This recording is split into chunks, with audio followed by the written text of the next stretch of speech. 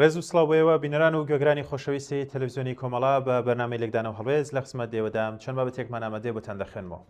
بابەتێکەکەمان بە ناونیشانی تاکتیکەکانی ئێستای ئەمریکا بەرامبەر بە ئێران و سعودیە و ئەتۆمی مەدەنی.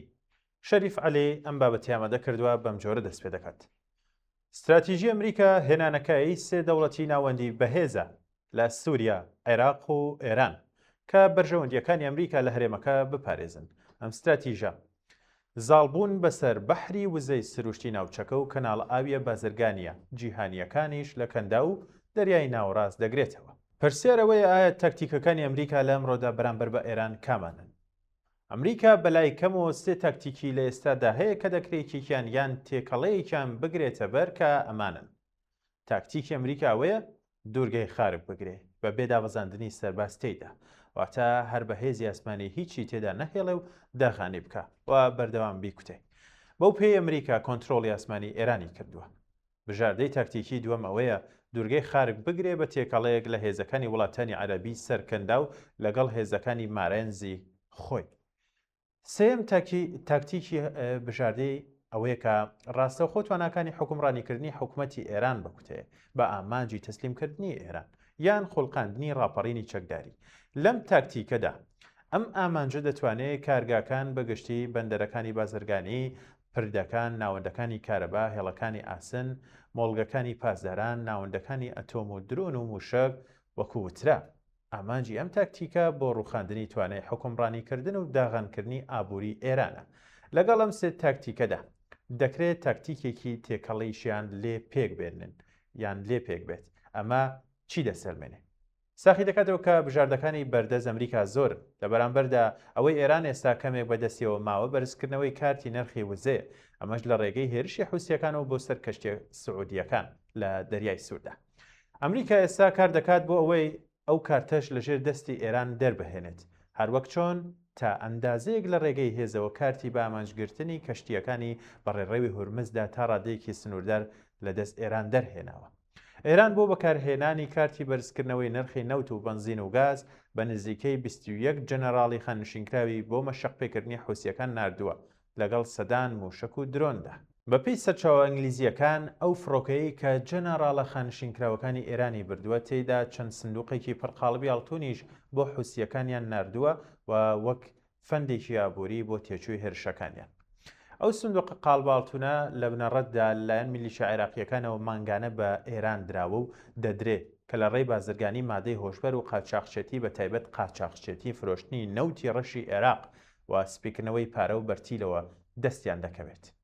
لەلایەکی ترەوە سەرکردەکانی عێراق ببورن سەرکردەکانی ئێران لە ئیسرائیل ترساون و بۆ خۆپاراستن لەوەی ئیسرائیل ڕاستەوخۆ نەیان کاتە ئامان هەموو درۆن هاویشتن و موشکبارانکردنێکیان بۆ سەر ئیسرائیل ڕاگرتووە و هەمیش بڵێن ڕەشۆی حیزبوڵایان کردووە کە لە ئێستادا حێرش نەکاتە سەر ئیسرائیل. بەڵام تاکەی ئەم پاشەکشە گەورەی ئێرانیەکان بۆ ئیسرائیل بەردەوام دەبێت. لە کاتێکدا ئیسرائیل ڕایگەیاندووە ئەگەر ئەمریکا داوایان لێ بکات ڕاستەوخۆ بەشداری دەکەن لە کوتانی ئێران و بەشداری شەڕەکە بەگشتی.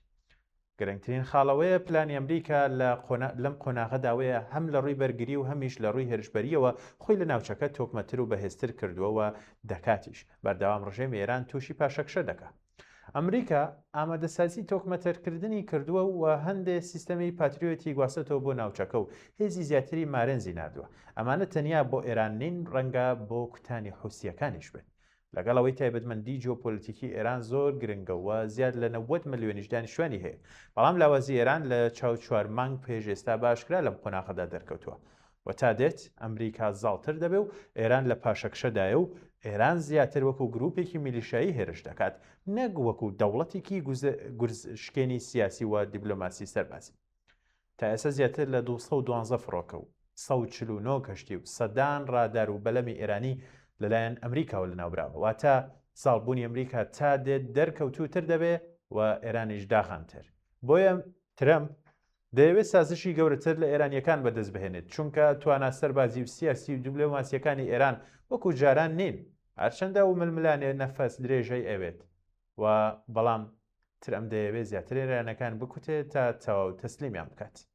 لەلایەکی دیکەوە میدیایەکان باسییان لەوە کردووە زەیدی سەرۆک وەزیرانی عێراق پەیامێکی ئاگربەستی ئەمریکای بۆ ئێران یان بۆ ئێرانیەکان بردووە هەرچەندە زەیدی ئەوەی ڕەت کردێتەوە بەڵام استراتیژی ئێران بەرامبەر بە عێراق خۆشیاندن و خۆبەهێزکردنیەتی لەسەر ئابووری و جیۆپۆلیتیکی عێراق واتە ئێران وەکو کۆڵۆنیایکی خۆی تەماشای عێراق دەکات نەک وەکو دەوڵەتێکی خاوەن پێگەی دیبلۆماسی ئێران نایەوێ ئەو ئاماژەیە بە ئەمریکیەکان بدات کە عێراقی لەژێر دەست دەرهێنراوە و لە ڕاستیشدا ئێرانیەکان دەزانن عێراق لە پێگەیەکی دیبلۆماسی نێودەوڵەتیدا نییە کە ناوبژیوانی ئەمریکا و ئێران بکات خۆ ئەگەر ئێران ئەمری واقع قبول بکات ئەمریکا زاڵتر دەبێت چونکە لە سیاسەتدا سازشی بەدوادێت و ئێستا هێزەکانی ئەمریکا بەسەر هورمزدا زاڵن و ئێرانیان داغان کردووە لەگەڵ هەموو ئەمانەشدا ترەم تا ئێستا بەڕوونی نەیوتوە من ئەم جارە چیم لە ئێرانیەکان دەوێت بۆچی؟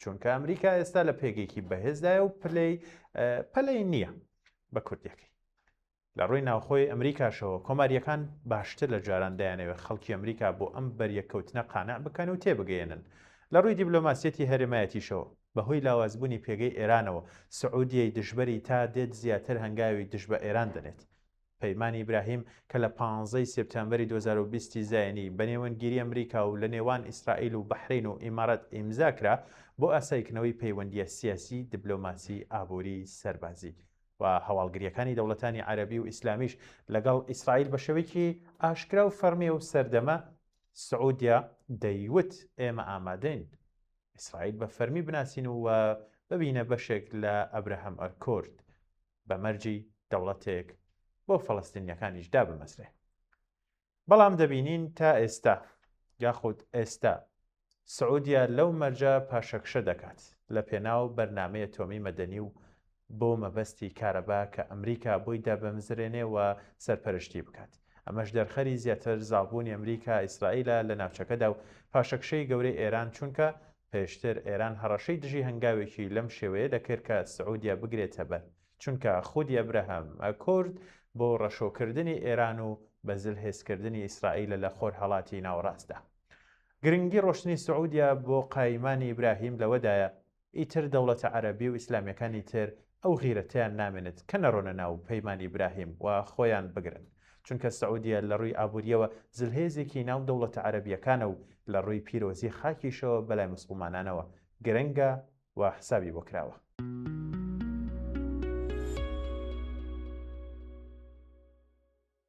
هەڵسەنگاندنی استراتیژی گۆڕانی شێوازی ڕوبەڕووبوونەوە لە نێوان ئەمریکا و ئێران بابەتێکی دیکەیە کە بەم جۆرە دەست پێ دەکات خاڵ یەکەم لە جەنگی 12 ڕۆژە و 39 ڕۆژەدا بڕیارە استراتیژی و سەربازەکانی ئەمریکا و ئیسرائیل لەژێر کاریگەری ڕاستەوخۆ و کەسی ترەمپ و ناتانیاهۆدا بوون خاڵی دووەم ئەم بڕیارە کەسیانە کە بێ پلانی قوڵ بوون لە ئەنجامدا بوونە هۆی تێکچوونی هاوسەنگی نێوان بڕیاری سیاسی و پلانی سەربازی ئەمە ژوای کە ڕیتمی ئۆپراسیۆنەکان خاو ببێتەوە و گواستنەوە لە لێدانە تاکتیکیکانەوە بۆ یەکلاکردنەوەی سەربازی بە پێی ئەو ئامانجانەی ڕاگەیەنرابوون دوا بکەوێت خاڵی سێم ئەمریکا و ئیسرائیل خاوەنی باڵادەستیکی بێوێنەی ئاگرین و هەواڵگریش بوون بەڵام ئەم باڵادەستیە نەگۆڕا بۆ دەستکەوتی استراتیژی هاوتای ئەو هێزەی بەکارهێنرا لە بەرامبەردا ئێران بە ئەقڵ و لۆژیکی دامەزراوەی جەنگەکەی بەڕێوەبرد و بەڕوونی ئامادەکاری زیاتری بۆ کردبوو خاڵی چوارەم ئەنجومەنی باڵای ئاسایشی نیشتیمانی ئێران توانی یەکپارچەیی سیستەمی فەرماندەیی کۆنتڕۆڵ بکات و بیپارێزێت توانیان شۆکی تێروەرکردنی سەرکردەکانیان هەرس بکەن و بە خێرایی دەسەڵاتەکان دابەش بکەنەوە ئەمە ژوای کرد چرخی فەرماندەیی سەربازی بەردەوام بێت سەرڕای زیانە گەورەکان ناوەندی قورسایی ئێران بە یەکگرتووی مایەوە و هێزەکان لەژێر یەک پلاندا بەردەوام بوون لە ئەرکەکانیان خاڵی پێنجەم بەڵام ئەمڕۆ سروشتی جەنگەکە بە تەواوی گۆڕاوە ئێستا ئەمریکا بە ئەقڵی دامەزراوەی سەربازی و ئەزمموی کەڵەکە بووی خۆی لە پلاندانانی هەڵمەتە استراتیژیەکاندا شەڕ دەکات واتە ڕوبەڕووبوونەوەکە لە نێوان جەنەڕاڵەکانی وەزارەتی بەرگری پەنتاگۆن و جەنەڕاڵەکانی سوپای پاسداران خاڵی شەشەم ئەم گۆڕانکاریە دوای ئەوە هات کە بڕیاری سەربازی لە ژێر کاریگەری سیاسی کەسی ڕزگار کرا و پرۆسەی هەڵسەنگاندن و جێبەجێکردن درا دەست دامەزراوە سەربازیەکان و جەنەڕاڵە بە ئەزمونونەکان ئێستا بڕیارەکان بە ناو سیستەمەکانی هەواڵگەری دەستەی ئەرکان پلاندانان و ناوەندەکانی هەڵسەنگاندنی دۆخدا تێپەڕ دەبن پێشەوەی ببنە ئامانج لە بانکی ئامانجەکاندا. خاڵی حوتەم بە جۆرێک کە هەر لە دانێکی ئەمریکا ئێستا بەسراوە بە ئامانجێکی ئۆپراسیۆنی و هەر ئامانجێکی ئۆپراسیۆنیش دەبێتە هۆی گەیشتن بە مەبەستی استراتیژی قۆناغێک ڕێخۆشکەرە بۆ قۆناغی دواتر لە چوارچێوەی هەڵمەتێکی سەربازی تەواوکار کە کۆتاییە سیاسەکەی پێشوەختە کێشراوە. ئەمەش کۆتایی بەو سەرپێچی و هەڕەمەکی ئۆپراسیۆنەکانی پێشوو هێنا. لە ڕووی ڕوبەڕووبوونەوەکانی پێشوودا ئێران سەرکەوتوو بوو لە سەپاندنی هاوکێشەی داخوران واتە ئەستنزاف و بەرزکردنەوەی تێچووی استراتیژی و ئەمریکا و ئیسرائیلی ناچار کرد بەو ڕێتمە شەڕ بکەن کە خۆی دەیویست. خاڵی نەوەم بەڵام ئێستا دامەزراوەی سەربازی ئەمریکا دەڵێت. زەحمەتە کۆمەڵ ئامانجێکی گشتگیر لە یەک کردەوەی سەربازیدا بەدی بهێنرێت، بۆیە دەبێت ئامانجەکان دابەش بکرێن و ئۆپراسیۆنەکان بکرێنە قۆناغ بە قۆناغ. ئێستا ئامانجی سەربازی ڕووخاندنی ڕژیم یان گۆڕینی ڕەفتاری نییە بە یەک هەنگاو، بەڵکوکردنەوەی گەروەکە بەهێز لە پێشینەیە کە لەوانەیە دواتر ببێتە هۆی ڕووخانی ڕژیم یاخود گۆڕینی ڕەفتاری. خاڵی دێم بە واتایی سەرکەوتن لەکردنەوەی گەروەکە بەهێز بە پێی تێڕوانین جەنەڕاڵەکانی پێنتاگۆن ڕێگە بۆ سەرکردایەتی ئەمریکا خۆش دەکات بەرەو ئامانجەکانی دیکە بڕوات وەک نەمانی کارتەکانی فشار لە دەستی ڕژیم. بەمەش ئەوەی پێویستی بەهێز بێت بەهێز چارەسەر دەکرێت و ئەوەی پێویستی بە دیبلۆماسی بێت بە دیبلۆماسی. خاڵی 11 بەگشتی تەرازوی هێز ینی بڵێن تەرازوی هێزی باڵادەستیەکی ڕوون دەداتە ئەمریکا لە بوارەکانی هێزی ئاسمانی، کۆنتترۆلی دەریایی، هەواڵگری ئاسمانی، چاودێری ئەلکترۆنی، لێدانە دوورمەوداکان و فەرماندەی هاوبەش. ئەمانە هەمووی توانای ئەوەی پێدەبەخشن کە ڕیتمی جەنگەکە بسەپێنن. و خاڵی 12 لە بەرامبەردا ئێران خاوەنی تایبەتمەندیەکی جیاوازە کە بریتە لە ڕەهەندی معنەوی قوربانیدان، ئارامی استراتیژی و توانای هەرسکردنی شۆکەکان بەهۆی فراوانی جوگرافیاکەی، بەڕێوەبردنی جەنگی درێژخایەنی داخوران و پاراستنی ناوخۆ لە ژێر گوشاردا، جگە لە توانای بەرزکردنەوەی تێچووی استراتیژی بۆ لایەنی بەرامبەر. لێرەدا گرێ کوێرە ڕاستەقینەکەی جەنگ دەردەکەوێت، ئەوەیش توانە یەکلاکردنەوە کە چۆن یەکلایی دەکرێتەوە و لە قازانجی کامبرە. خاڵی 13 ئێران شەڕی مانەوە دەکات، هەر ڕۆژێک کە تێدەپەڕێت و تێیدا یەک پارچەی دەوڵەت و دامەزراوەکان و سیستەمە سیاسیەکەی بپارێزێت، ئەوە دەچێتە سەر سەرمایە استراتیژیەک. و خاڵی 14 بە پێچەوانەی ئەمریکا کە بەڕوونی داوای لێ دەکرێت جەنگەکە یەکلایی بکاتەوە. ئەمریکا شەڕی ئامانجە کەڵەکە بووەکان دەکات و کات لە دژی ئەو کار دەکات، نەک لە بەرژەوەندی. هەر ڕۆژێک تێپەڕێت بێ ئەوەی ئامانجە ڕاگەیەنراوەکان بەدی بهێنێت، تێچووی سیاسی و سەربازیەکەی زیاد دەکات و دەرفەت دەداتە ڕکابەرەکەی واتە ئێران کە هێزەکانی ڕێک بخاتەوە. خاڵی 15 لە بەرامبەرم هۆکارە سەرکەوتنی ئەمریکا بەوە دەپێورێت کە تا چەند دەتوانێت سیستەمی بڕیاردانی ئێران بە شێوەیەکی پلەبەندی هەڵوەشێنێتەوە و توانای بەرهەمهێنانەوەی هێزی گفتوگۆکردنی لێزەوت بکات، هەروەها ناچاری بکات واقعێکی استراتیژی نوێ قبول بکات، بە تایبەت لەسەر ئاسی گەروەکە لەم قۆناغەدا. لەبەرەوە ناوچەکە لە بەردەم جەنگێکی داخورانی درێژخایەندا. ئەگەر ڕژێمی ئێستای ئێران بتوانێت وەکو ماوەکانی ڕابردوو خۆڕاگری بکات، گەر نەشتوانێ ئەوە هەژمۆنی ئەمریکا زاڵ دەبێت.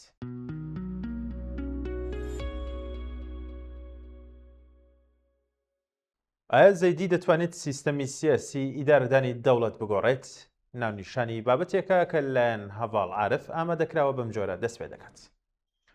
لە بنەڕەتدا دیاریکردنی زەیدی لەلایەن چوارچێوەی هەماهەنگیەوە بۆ پۆستی سەرۆکوەزیران تەنها هەنگاوێک نەبوو بۆ تێپەڕاندنی گرێ کوێرەکەی پێکهێنانی حکوومەت. ئەزمونەکانی پێشوو لەگەڵ عەبدولمەهدی کازمی و سوودانی کە لە سەردەمی خۆیاندا تەنها وەکو کاندیدی چارەسەر بۆ تێپەڕاندنی بنبەستەکان هێنرانە پێشەوە، با دیاریکراوی کەسێتی سوودانی ترسێکی گەورەی لای هێزە سیاسەکانی ناوچوارچێوەکە دروست کردهبوو لە دەرکەوتنی کارکتەرێکی ڕکابەر کە ببێتە سەرئێشە بۆ بەرژەوەندی استراتیژیەکانیان. بۆیە زیاتر لەسەر ئەم بنەمایە بڕیاریاندا سەرمایەدارێکی بێ پاشخانی سیاسی بهێننە پێشەوە. استراتیژیەتەکە بریتی بوو لە پابندکردنی تەواوەتی ئەم کەسایەتیە نوێیە بۆ ئەوەی لە بری سەرۆکوەزیرانێکی خاوەن بڕیار وەکو فەرمانبەرێک لەژێر دەستیاندا بمێنێتەوە و هیچ مەترسیەکی سیاسیان بۆ دروست نەکات. بەڵام پێدەچێت ئەو سەرۆکوەزیرانەی چاوەڕوان دەکرا کارکتەرێکی پەراوێزقراو بێ، پێشینەی سیاسی بێت، یاخود بڵێن بێ پێشینەی سیاسی بێت، بە جوڵە و بڕیارەکانی لەم ماوەکەمەدا تەواوی حساباتەکانی چوارچێوەی هەماهەنگی تێپەڕاند بێت، چونکە ئەم جۆرە لە ئەدای حکومڕانی نەک تەنیا استراتیژی پابەنەکردنەکەی باڕاستی پوچەڵکردنەوە بردووە بەڵکو بە جوڵاندنی ئەو مەلەفەی بۆ کابینەکانی پێشوو هێڵی سوور بوون. ڕاستەخۆ ژمونی هێزە تەقلیدیەکانی خستوەتە بەردەم ئاڵنگارێکی جددیەوە. پێشهاتێک لە ئەگەری بەردەوامبوونیدا دەکرێت ڕۆڵی بەشێک لە سەرکردە باڵەکان پاشەکشە پێ بکات و مەرجعیەتی بڕیاردن لە هێزە سیاسیەکانەوە بۆ سنتەری دامەزراوەی دەوڵەت بگوێزێتەوە. هەڵبەتە ئەگەر ئەمانەی ڕوودەدەن شانۆگەری سیاسی نەبن. ئەوەندەی تێبینی کراوە ڕەهەندە پراکتیکیەکانی ئەم شێوازە نوێی حکومڕانی لە دوو ئاڕاستەی سەرەکیدا ڕەنگیان داوەتەوە لەسەر ئاستی ناوخۆ جوڵە خێرایەکانی دژ بە تۆڕەکانی گەندەڵی و بەکارهێنانی گوتارێکی ڕوون بۆ سنووردارکردنی ئەو گروپە چەکدارانی لە دەرەوەی چوارچێوەی دەوڵەتن. هەوڵێکن بۆ سەپاندنەوەی هەیبەتی دامەزراوە فەرمیەکان لەسەر ئاستی دەرەکیش مامەڵە جیاوازەکەی و بەری یەککەوتنی دیبلۆماسی لەگەڵ تاران. ئاماژەیە بۆ خواستێکی نوێ بە مەبەستی دروستکردنی سربەخۆیی لە بڕیاری سیاسی بەغدا و پێداچوونەوە بە شێوازی پەیوەندیەکان لەگەڵ وڵاتانی دراوسێ بەدەر لەو بنەما تەقلیدیانەی پێشتر کاریان پێدەکرا. بە دیویکی دیکەدا و لە پاڵ ئەم جوڵە ناوخۆی و هەرێمایەتیانەشدا ئامادەیە بەهێزەکەی زەیدی لە کۆشکی سپی و وەسف و پێهەڵدانەکانی دۆناڵد ترامپ بۆ کەسایەتی و هەنگاوە سەرەتایەکانی سەنگێکی نێودوڵەتی و تەوژمێکی دیکای بە ناوبراو دەبەخشێت و وەک کارتێکی بەهێز ڕوبەڕووی مانۆری سیاسی بۆ فراوان دەکات و توانای بەرپشتانەوەی فشار ناوخۆیەکانی پێدەدات بۆ تێپەڕاندنی ئاستەنگی بەردەوام و پرۆسەی نوێی حکومڕانی. لە هەمان کاتدا بەرپرسیارەتی سەرشانی قورستر دەکات و دەیخاتە بەردەم تاقیکردنەوەیکی ئاڵۆز. سەرنجامیش ئەو کارکتەرەی هێزە سیاسیەکان دەیانویست تەنها وەکو فەرمانبەرێک ئاڕاستەی بکەن خەریکە دەبێتە ژمارەیەکی قورس و ڕەنگە تەواوی هاوکێشەکە و هەژمونی هێزەکانی چوارچێوەی هەمانگی هەڵبگێڕێتەوە و مێزەکان بەسەردا قەڵە بکاتەوە. لەگەڵەوانشدا داخڵبوونی ئەم قۆناغا ئاڵۆزە لەلایەن زەیدیەوە و دەستبردن بۆ بژاردە هەستیارەکان پێناچێت بێ باش تێپەڕێت، بەڵکو گریمانەی ئەوەی لێ دەکرێت دەرگای بەریەککەوتنێکی تند و کراوە لەگەڵ سەرجەم ئەو هێزانەدا بکاتەوە کە بەرژەوەندی استراتیژیەکەکانیان دەکەوێتە مەترسیەوە. لێرەدا پرسیارە گەورەکەوەیە لە ئەگەری تونبوونەوەی کاردانەوەکان و مانەوەی زەیدی بەتەنیا لە گۆڕەپانەکەدا ئایا دەتوانێت هەرس بە سیستەمی بەرخۆی و پشکنەی سیاسی ئێستای عێراق بهێنێت و مۆدێلێکی نوێ بنیاد بنێت یان لانی کەم هەموارێکی ڕێشەی تێدا بکات؟ سیستەمێک کە هێزە باڵادەستەکان لە دوای ساڵی 2023 زاینیەوە کاری لەسەر دەکەن و وەک تۆڕێکی جاڵجاڵۆکە تەواوی جونگەکانیان پێتەنیوە و هەموو کایەکانی دەسەڵاتیشیان تێدا بۆ خۆیان قۆرق کردووە، یان ئەویش لە نەتیجەدا لە ناو هەمان ئەو تۆڕە ئاڵۆزەدا نوقم دەبێ و ناچار دەکرێت خۆیشی ببێتە بەشێک لە خودی سیستەمەکە. سەرئەنجام قۆناغی داهاتوو تەمومژی سەروێنەکەمان بۆ لا دەبات و دەری دەخات کە ئایا ئەم هەنگاوانەی زەیدی تەنیا ڕووکەش و مانۆڕی کاتین و لە کۆتاییدا لە چوارچێوەی هەمان ڕۆڵی فەرمانبەرەکەدا دەمێنێتەوە یان جادوەکە بەسەر جادوگەرەکەیدا هەڵدەگەڕێتەوە و سەرباری فشار و سەختیەکانی ڕێگەی دەبێتە خاڵێکی وەرچەرخانی ڕیشەی لە عێراقدا. بێگومان وەکو ئاماژەشمان پێکرد لە ئەگەری دووەمدا گۆڕەپانەکەی بۆ تەخت نابێت و ڕوبەڕووی ئاڵنگاری گەورە دەبێتەوە. پرۆسەیەک ئەگەر چی مەحاڵ نییە بەڵام مێژگار قورسە و بە ئاسانی تێناپەڕێت. با چاوەڕوان بین. بەڵێ بینەران و گوێگرانی خۆشەویست بەم جۆرە هاتینە کۆتایی بەرنامەی لەگدانەوە هەڵوێستی ئەم جارش هیوادارم بابەتەکان جێگای ڕەزامەندی ئەوە بێ سپاس کە تاوکو کۆتاییان بەرنامەی لەگەڵمان نبوون. تاوکو بەرنامەیەکی تر کات و ساتێکی باش بۆ هەموو لایەکتان.